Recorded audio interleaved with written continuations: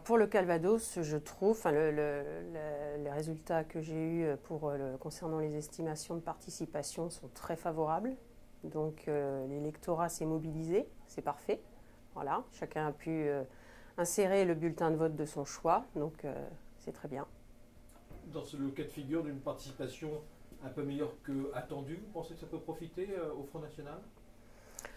Peut-être, je ne sais pas, j'ai pas encore assez de recul, pas suffisamment de résultats pour le dire.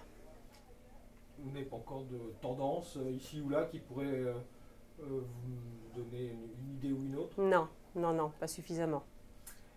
Quel peut être l'objectif que vous fixez sur la région ou sur le département?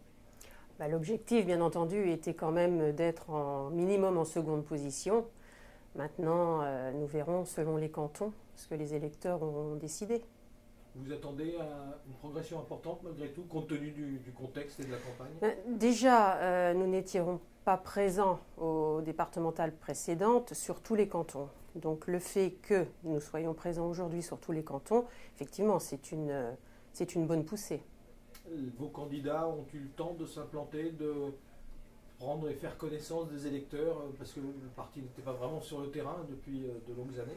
Exactement. Donc ce n'était pas une élection facile pour nous, puisque le Calvados commence seulement à émerger. Quel serait pour vous un succès dans le département?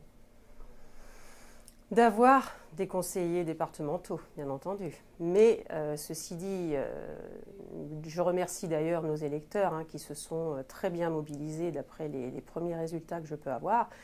Et donc, nous verrons quand nous aurons tous les résultats certains. Alors, au soir du premier tour, on pense aussi au deuxième tour. Vous avez déjà une consigne que vous allez faire circuler? Aucune consigne de vote. Aucune. C'est-à-dire que vous laissez libre... Tout à fait. Nos électeurs sont des personnes grandes et responsables, donc ils décideront eux-mêmes. Est-ce que vous pouvez dire que quelqu'un qui est allé voter au premier tour doit aller voter au deuxième tour? Ils choisissent.